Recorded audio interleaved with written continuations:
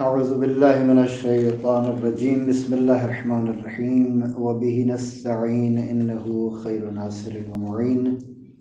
وصلى الله على سيدنا محمد وآله الطيبين الطاهرين المعصومين واللعن الدائم على أعدائهم أجمعين. أما بعد، فقد قال الفصل الأول: وجوب المعرفة. إن معرفة خالق الكون وصفاته وأفعاله أمر يوجبه العقل والنقل، والعمدة في إثبات ذلك هو الأدلة العقلية، وأما النقلية فنذكرها من باب الاستئناس والتأييد وزيادة البصيرة، إذ يستحيل أن يكون الدافع إلى وجوب المعرفة هو النقل دون العقل، كما زعم أهل الحديث والأشاعرة، لأن النقل قبل المعرفة لا حجية فيه أصلا، فكيف يكون دافعا وموجبا للمعرفة؟ الأول: الأدلة النقل عقلية. الدليل الأول: لزوم شكر المنعم. إن للعقل النظري أحكاما يحكم بها على الأشياء من ملاحظتها بما هي، أي بالنظر إلى ذواتها وماهياتها فقط، وبغض النظر عن ملاحظة أية مصلحة شخصية أو نوعية قد تصاحبها. يدرك ذلك كل الناس مهما اختلفت بيئاتهم وأفكارهم. فمن تلك حكم العقل بلزوم شكر معطي النعمة وثنائه على ما أولاه من معروف، ومجازاته على ما أظهره من تودد وتلطف، ولا يكون هذا الشكر ملبيا لذلك النداء الفطري إلا إذا كان بما يناسب حال المشكور، وإلا فلو كان دون مقامه لم يكن شكرا، بل ربما عد إهانة واستخفافا. وعلى هذا فلا بد من معرفة المنعم تمام المعرفة، ثم أداء شكره بما يناسب شأنه ومقامه. إذا اتضح لك ذلك فاعلم أننا نرى في الوجود حولنا وفي أنفسنا ومن أسباب تيسير الحياة وتوفير المعاش ما لا يعد ولا يحصى، وهذه كلها خيرات ونعم أنعمها علينا منعم كريم، فتوجب عقولنا علينا شكر منعمها ومفيضها، ولكن الشكر لا يكون إلا بما يناسب حال المنعم، لئلا يقع هناك إجحاف وتقصير في شكره وهو قبيح مذموم. فنبحث إذن عنه بالتأمل والتفكر والنظر والاستدلال لنعرفه بما أمكن بجماله وعظمته وجلاله، فنؤدي شكره قدر طاقتنا والميسور لنا. سب سے پہلے آپ عزیزان سے میں معذرت چاہتا ہوں کہ کافی وقت بیچ میں فاصلہ آ گیا. محرم سفر ربیع الاول کے یہ 3 مہینے بیچ میں ہم درس نہیں ادامہ دے سکے، اس لیے سب سے معذرت چاہتا ہوں. اور ہماری گزشتہ گفتگو 5 مقدمات کے بارے میں تھی. مقدمہ اولا علم کلام کی تعریف کے بارے میں تھا. دوسرا مقدمہ علم کلام کی غایت اور اس کے فائدے کے بارے میں تھا. تیسرا مقدمہ علم کلام کا مرتبے کے بارے میں تھا کہ اس کا رتبہ کیا ہے. چوتھا مقدمہ جو ہے اس علم کے جو مختلف اور اسماء ہیں اس کے بارے میں. پانچواں نقطہ جو ہے وہ مختلف مذاہب اور فرق کلامی کی تاریخ کے بارے میں ایک اجمالی نظر جو اہم ترین مقدمہ تھا وہ یہی مقدمہ تھا، جس میں کافی ساری معلومات اس نے دی، اور آخر میں آ کر انہوں نے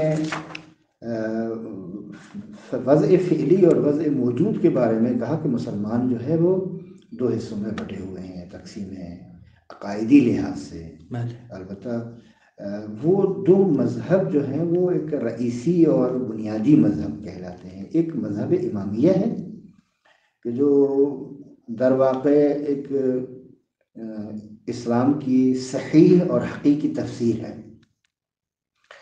اور دوسرے نمبر پر اشعریہ ہیں، اور اگرچہ زیدیہ یمن میں، اباضیہ خوارج میں سے ہیں جو کہ عمان میں موجود ہیں، وہابیہ جو ہے مثلا حجاز میں ہے، اسماعیلیہ جو ہے شمال افریقہ اور ہند میں ہے، اگرچہ یہ موجود ہیں لیکن اہم ترین اور بنیادی ترین جو اعتقادی لحاظ سے مذہب ہیں وہی دو ہیں مسلمانوں میں۔ سب سے پہلی بات اس کتاب میں بعد از مقدمات خمسہ، وہ پہلی فصل ہے، وہ ہے وجوب معرفت اصول الدین۔ عنوان بحث جو ہے وہ وجوب المعرفہ، یعنی وجوب معرفت اصول الدین۔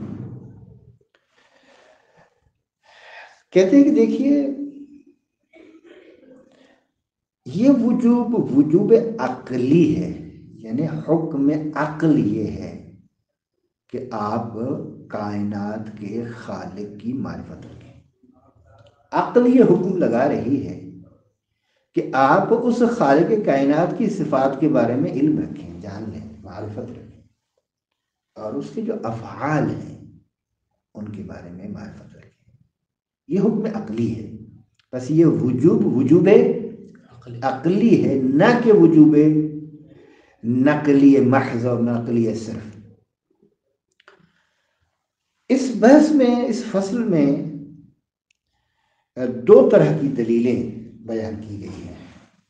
پہلے نمبر پر ادلہ عقلیہ کو بیان کیا گیا ہے، جو کہ تین ہیں، انشاءاللہ پڑھیں گے۔ پہلی دلیل لزوم شکر منعم، نمبر دو لزوم و دفع الضرر، نمبر تین معرفت ایک فکری ضرورت ہے۔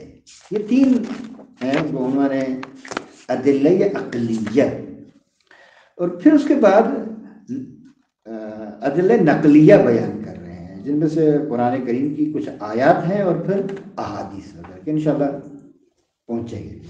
یہ ذہن میں رہے کہ کہتے ہیں کہ عمدہ اس بحث میں، اس فصل میں ادلہ عقلیہ ہے۔ ادلہ نقلیہ کو پھر کیوں ذکر کر رہے ہیں؟ سوال، اگر عمدہ ادلہ عقلیہ ہیں تو ادلہ نقلیہ کو بیان کرنے کی کیا ضرورت ہے؟ کہتے ہیں ہم اس لیے بیان کر رہے ہیں تاکہ مأنوس رہے انسان ان ادلہ سے، استئناس کے لیے۔ دوسرے نمبر پر یہ ادلہ نقلیہ کو ہم ذکر کریں تاکہ ادلہ عقلیہ کی تائید ہو جائے ان کے ذریعے سے۔ تیسرے نمبر پر ہم اس لیے تاکہ بصیرت زیادہ ہو جائے انسان کی، زیادت البصیرہ کی وجہ سے ہم ادلہ نقلیہ کو ذکر کر رہے ہیں۔ اچھا، اب کہتے ہیں کہ عمدہ جب ادلہ عقلیہ ہیں اور ادلہ نقلیہ کو صرف اور صرف استئناس، تأیید، زیادت البصیرہ کے لیے جب ذکر کر رہے ہیں تو کیا یہ نہیں ہو سکتا کہ صرف ادلہ نقلیہ ہی کافی ہوں، اور یہ وجوب جو آپ خالق کائنات کی معرفت کا وجوب بیان کر رہے ہیں یہ اسباب عقل ہو، نہ اسباب نقل ہو، نہ اسباب عقل؟ کہتے نہیں ہو سکتا، ممکن ہی نہیں ہے۔ یعنی دوسرے لفظوں میں کہ یہ وجوب ہم نے شریعت سے سمجھا ہے، ادلہ نقلیہ ہمیں سمجھا رہی ہے کہ ضروری ہے خالق کائنات کی معرفت، اس کے صفات کی معرفت، اس کے افعال کی معرفت۔ ادلہ نقلیہ بتا رہی ہے، قرآن بتا رہا ہے، احادیث بتا رہی ہے۔ کہتے نہیں ہو سکتا، محال ہے کہ عقل کے بغیر آپ ادلہ نقلیہ کو صرف اس وجوب کے لیے حاکم قرار دیں اور کہیں کہ وجوب نقلی ہے. کیوں؟ کہتے ہیں کہ پہلے جب تک معرفت خالق کائنات از دلیل عقل نہ ہو تو اصلاً حجیت ہی نہیں ہے دلیل نقلی میں. اصل نقل بعد از اتمام معرفت حجت ہے.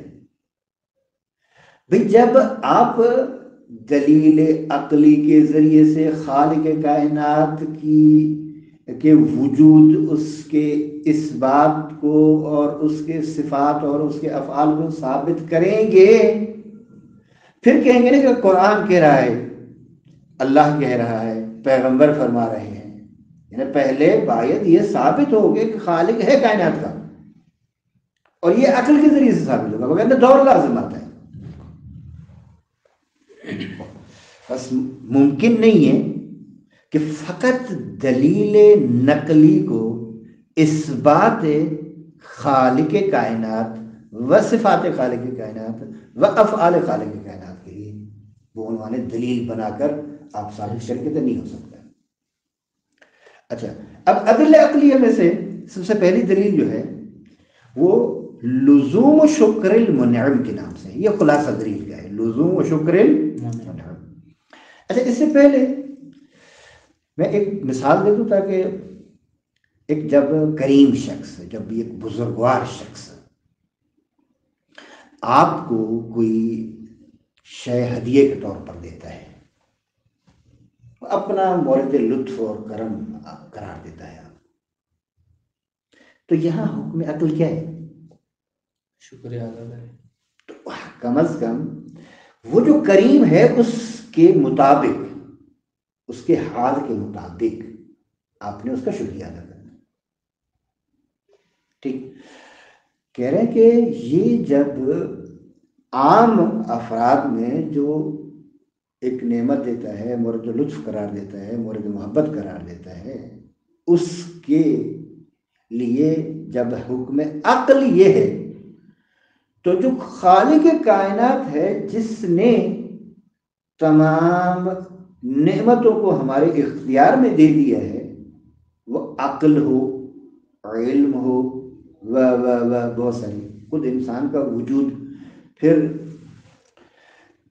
جتنی یہ نعمتیں ہیں ظاہری اور باطنی، یہ سب کیا عقل تقاضا نہیں کرتا، عقل تقاضا نہیں کرتی کہ آپ اس خالق کا جو اتنی نعمتیں دے رہا ہے اس کا شکریہ ادا کریں؟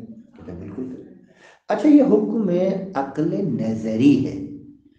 عقل دو طرح کا نہیں ہے، عقل ایک ہے، فقط اس کا متعلق جو ہے وہ مختلف ہے. ایک مرتبہ ایسی چیز ہے جس کو جاننا چاہیے، اور ایک مرتبہ ایسی چیز ہے جو جاننے کے بعد عمل کرنا چاہیے. اگر مورد عمل ہو اور اس عقل کا تعلق اس چیز کے ساتھ ہو تو عملی کہیں گے.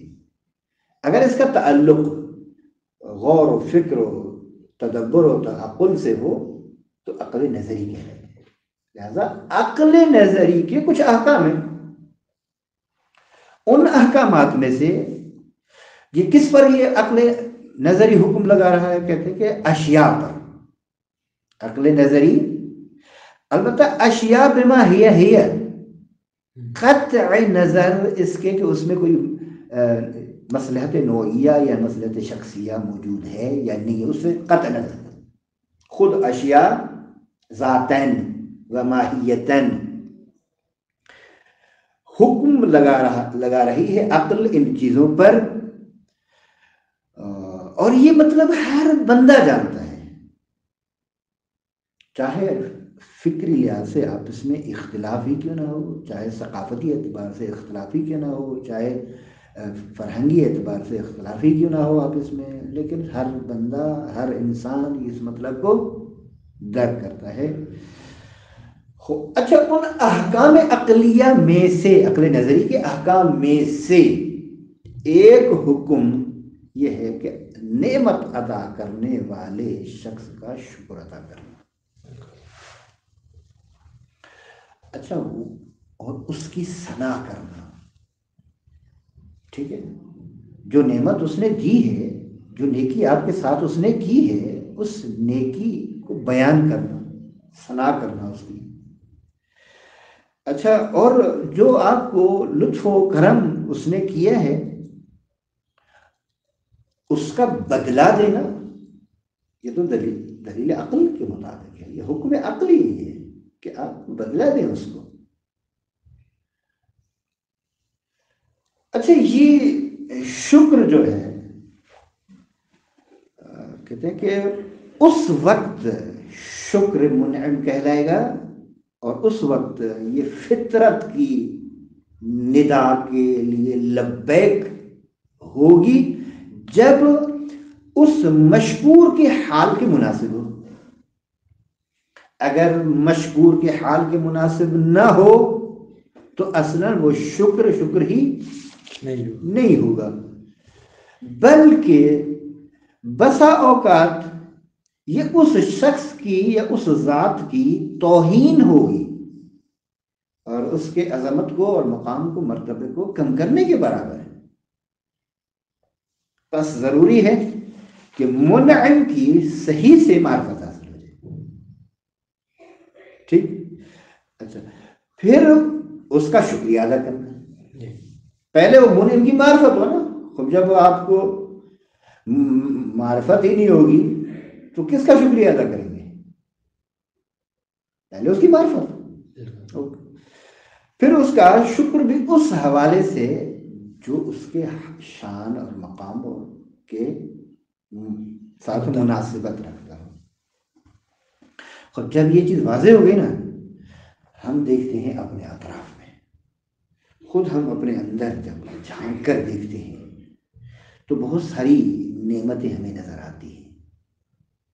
ہمارے لیے بہت ساری زندگی کو آسان بنانے کی اسباب اور معاش کو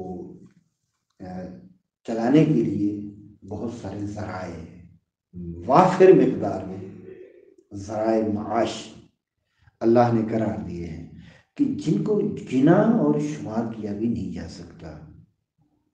یہ سب کی سب چیزیں، خود ہمارا اپنا وجود، ہمارے وجود کے اندر رکھی گئی بہت ساری چیزیں، اور ہمارے وجود سے ہٹ کر ہمارے اطراف میں موجود سب چیزیں، یہ زمین، یہ آسمان، یہ فرض کریں کہ چرند، یہ پرند، یہ دریا، یہ سمندر، یہ پانی، یہ سب نعم و خیرات، یہ سب نعمتیں ہیں اور اللہ کی طرف سے ایک اچھائیاں ہیں ہمارے ساتھ، خیرات ہیں ہمارے لیے۔ یہ ایک کریم ذات نے ہمارے اوپر کرم کیا ہے، عقل جیسی نعمت، وجود دی، وجود جیسی بڑی نعمت، عقل دیا، عقل، اور پھر ہدایت کے لیے انبیاء کو بھیجا، اسی طرح اس زندگی بسر کرنے کے لیے اس کے ذرائع عطا کیے۔ خوب، اب ہماری عقلیں کیا کہہ رہی ہیں؟ کہتے ہیں ہماری عقلیں یہ کہہ رہی ہیں کہ اس منعم اور اس مفیض وجود یعنی جس کی جانب سے ہمارا وجود ہے، اس وجود کے عطا کرنے والے اور اس نعمتوں کے عطا کرنے والے کا شکریہ ادا کریں۔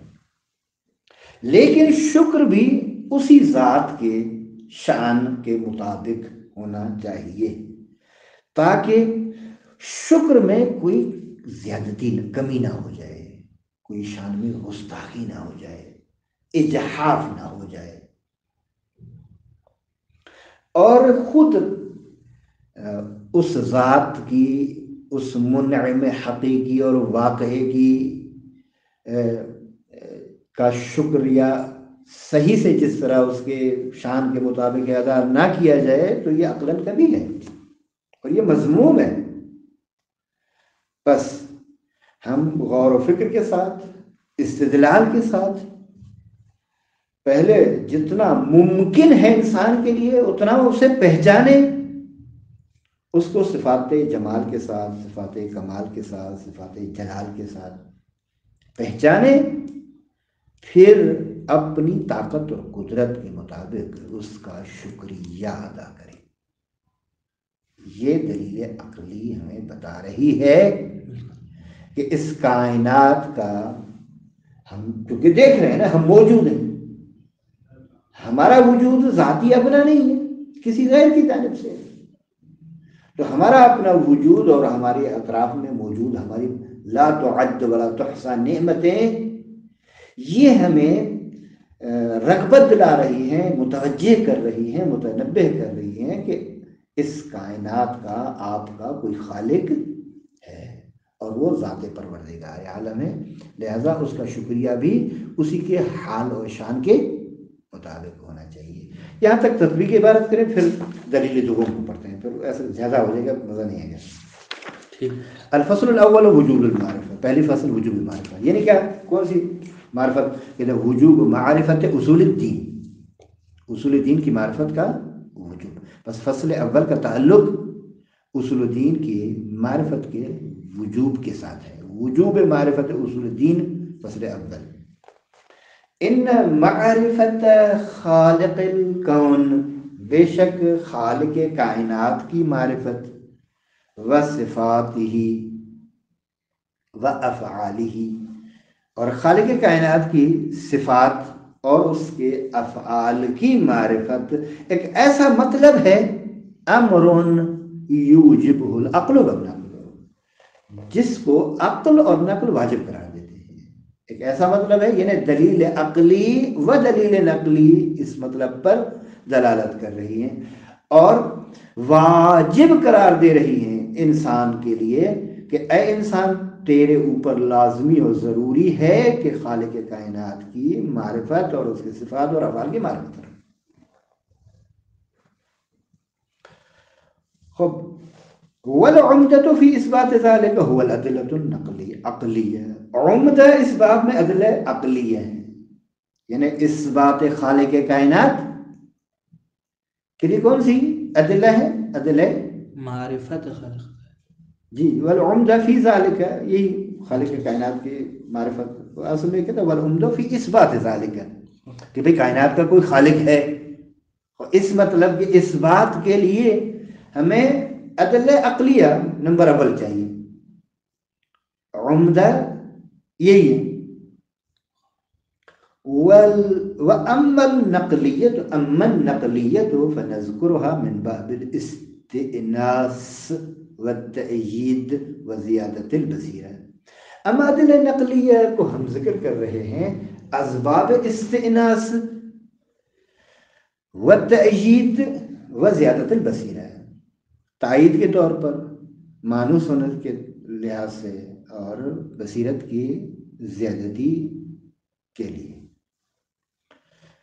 اذ يستحيل ان يكون الدافع الى وجوب المعرفة هو النقل دون العقل۔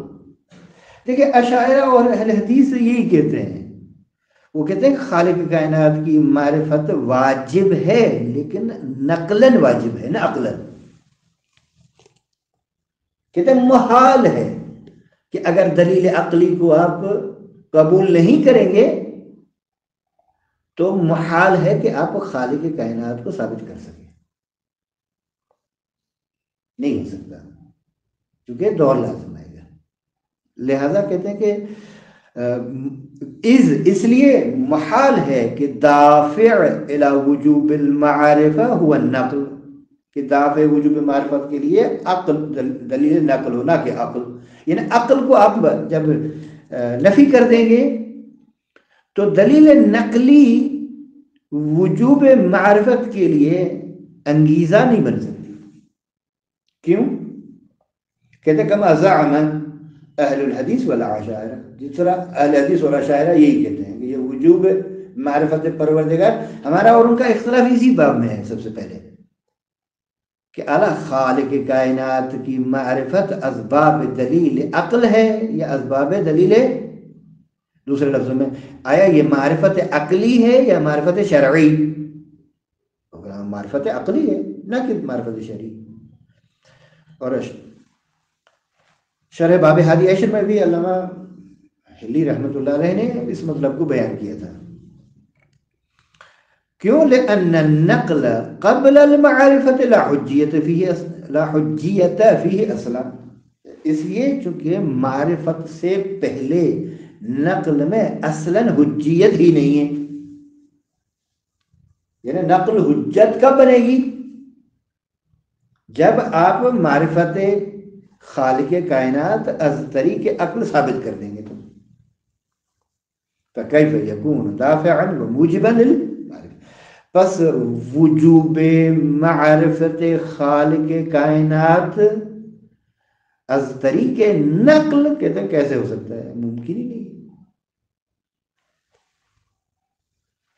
پس موجب معرفت دلیل عقلی ہے، دلیل نقلی نہیں ہے. خب سب سے پہلے الادلہ العقلیہ. الدلیل الاول لزوم شکر المنعم، یہ ما حصل دلیل ہے. شکر منعم کا لازمی ہونا یعنی واجب ہونا. علم کلام میں وجوب کی جگہ پر لزوم زیادہ استعمال ہوتا ہے اسی معنی میں. ان للعقل نظری احکاما يحكم بها على الاشیاء من ملاحظتها بما هي، بے شک عقل نظری کے لیے کچھ خاص احکامات ہیں کہ عقل نظری اشیاء پر یہ احکام جاری کرتی ہے بغیر کسی اس چیز کے کہ ان اشیاء کو عنوان مصلحت شخصیہ یا نوعیہ نظر کرے اور دیکھے. یعنی اشیاء کی مصلحت شخصیہ یا نوعیہ کو نظر انداز کر کے ہم جب اشیاء پر عقل حکم لگاتی ہے، دوسرے لفظوں میں یوں کہیں کہ دیکھیں بحث حسن و قبح عقلی ہے. عقل کہتی ہے کچھ چیزیں حسن ہیں اور کچھ چیزیں قبیح ہیں، قطع نظر اس کے کہ حکم شارع اس کے بارے میں ہو یا بس یہ حکم ہے نا. یہ ان اشیاء میں مصلحت کے موجود ہونے یا مصلحت کے موجود نہ ہونے کو مد نظر نہیں رکھا جاتا. یہ مصلحت شخصیہ ہے یا نوعیہ، اس کو مد نظر نہیں رکھا جاتا. عقل قطع نظر اس کے کہ اس میں مصلحت شخصیہ یا نوعیہ ہو حکم لگا رہی ہے ان اشیاء پر. بہت سارے احکام ہیں اس عقل نظری کی، ان احکامات میں سے ایک حکم یہ شکر منعم ہے.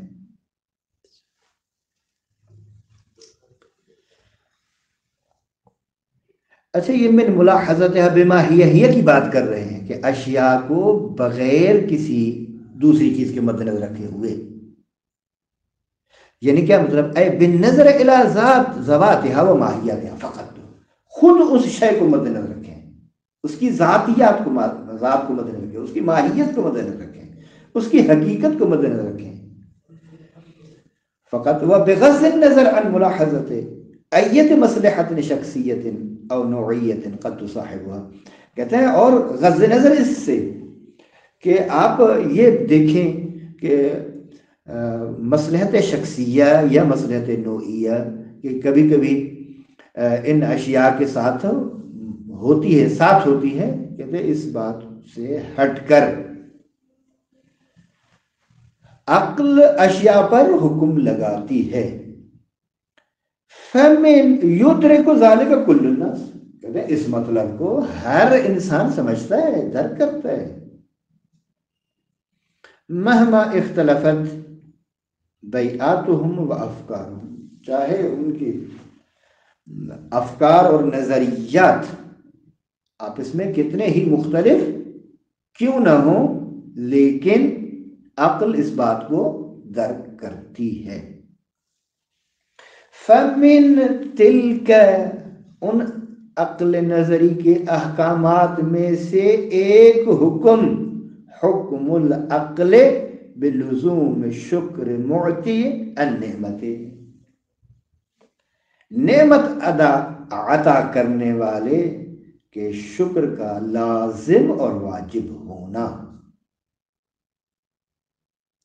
عقل یہ حکم لگا رہی ہے کہ نعمت عطا کرنے والی ذات کا شکریہ ادا کرنا تیرے اوپر ضروری ہے۔ وثنائی علی ما اولاہ من معروف، اور اس نعمت دینے والے کی ثنا کرنا جو اس نے تیرے ساتھ اچھائی کی ہے، جو اس نے نیکی کی ہے، جو ایک نعمت عطا کی ہے اس نے آپ کو۔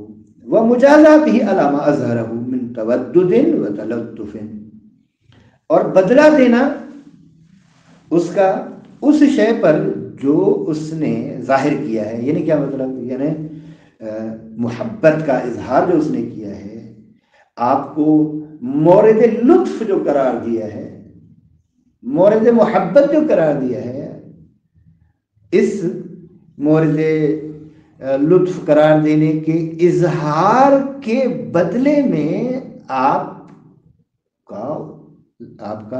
کے لیے ضروری ہے کہ اس کا شکر ادا کریں۔ وَلَا يَكُنْ هَذَا الشُّكْرُ مُلَبِّيًا لِذَلِكَ النِّدَاءِ الْفِطْرِ، کہتے ہیں یہ شکر فطرت کی ندا کو لبیک کہنے والا نہیں ہوگا سوائے اس وقت الا اذا کان بما يناسب حال المشکور، جب وہ مناسب حال مشکور، اگر مناسب حال مشکور ہے تو اس فطرت کی ندا کو لبیک یہ شکر کہے گا، وگرنہ اس فطری اور فطری صدا اور آواز پر لبیک کہنا شمار نہیں ہوگا۔ ولا یکن ھذا الشکر، یہ شکر نہیں ہے ملبیاً لبیک کہنے والا، لذالک النداء الفطری، اسی آواز فطرت اور فطری آواز، یعنی دوسرے لفظوں میں یہ فطرت کی صدا ہے کہ منعم کا شکریہ ضروری ہے۔ اچھا، یہ کب اس فطرت کو لبیک کہیں گے؟ جب ہمارا شکریہ اس مشکور کے حال اور مقام اور مرتبے کے مناسب ہو۔ الا اذا كان بما يناسب حال المشکور والا فلو كان دون مقامه، اگر اس کے شان کے مطابق نہ ہو تو لم یکن شکر، وہ شکر نہیں کہلائے گا، وہ شکر ہی نہیں ہے، لم یکن شکر، شکر نہیں ہے۔ بل ربما عد اہانتا و استخفافا، بلکہ چہ بسا شمار کیا جائے اس شکر کو بعنوان اہانت، یا شمار کیا جائے اس کے مقام میں کوتاہی اور استخفاف، یعنی اس کو اہمیت نہیں دینی ہے۔ اگر آپ نے اس کا شکریہ اس طرح کیا جو اس کے حال کے مناسب نہیں ہے تو یعنی آپ نے اس کو اہمیت نہیں دی۔ استغفار یعنی کم شمار کرنا، دوسرے لفظوں میں اہمیت نہ دینا۔